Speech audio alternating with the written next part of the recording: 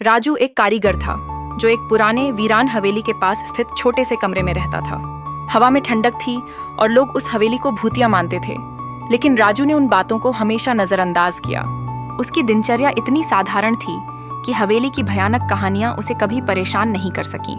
लेकिन एक रात जब आसमान में घटा घेर लिया था, अचानक सुनाई दी एक अजीब सी आवाज।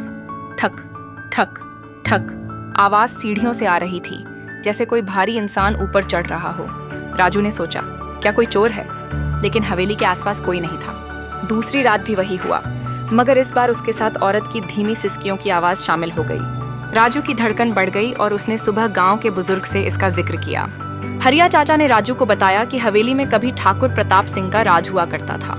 उनकी बेटी सुनैना ने अपनी मर्जी के खिलाफ तय की गई शादी से दुखी होकर आत्महत्या कर ली थी। राजू आश्चर्यचकित रह गया। क्या सुनैना की आत्मा सच में मदद चाहती थी?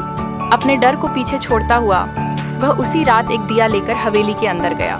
सीढ़ियों की ओर बढ़ते समय फिर वही आवाज सुनाई दी, थक थक थक। उसके दिल की धड़कन तेज हो गई। फिर उसने दिए की रोशनी में एक धुंधली सफेद साड़ी पहने औरत की छाया देखी। उस औरत के दर्द भरे आंखों ने राजू को एक नई हिम्मत दी। राजू ने हिम्मत जुटाकर पूछा, तुम क्या चाहती हो? औरत की आत्मा ने कहा, मुझे इंसाफ चाहिए।